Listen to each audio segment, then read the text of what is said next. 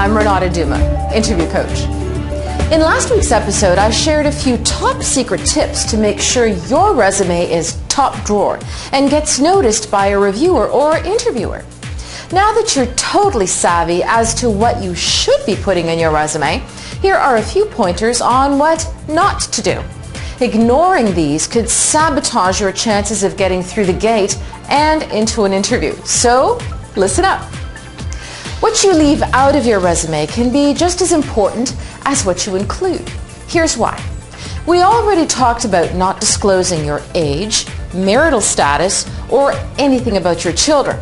That will color you in the eyes of the res reviewer and is likely to land your resume in what I like to call File 13. You'd be amazed at the kinds of things people put in their resumes, like how hard it's been for them to find a job, or how difficult and complicated their life is. Like whose isn't? Some actually mention hard luck stories, or they talk about their shortcomings.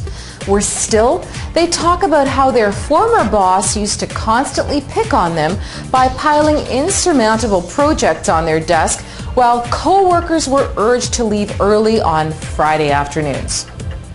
Some like to self-deprecate by admitting to negative tendencies, or they ridicule themselves with statements like, "I may not get the job done on time, but I do it right most of the time."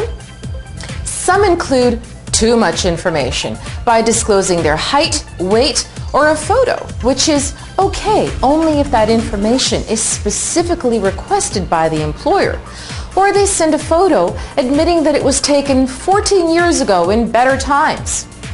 With some, boasting is popular, and they highlight past salaries and the sports car they drove at the time they were earning them. Another popular faux pas is that they mention family members and their positions or interests in order to exude an influence over a potential employer.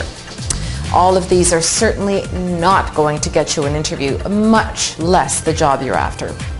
In short, be smart about what you put in print and circulate. If in doubt, consult a trusted colleague or three. Whatever it takes to get the right stuff into your resume. Just a quick word on references. If you're going to include a list of your references, which is always a good idea, seek out their permission first. You should also ask them how, where, or when they would prefer to be contacted and list that alongside their name on your reference list.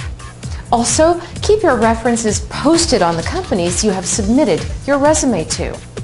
If you've chosen to go the references available upon request route, when you do provide your references, remember to include specifics and contact requirements then.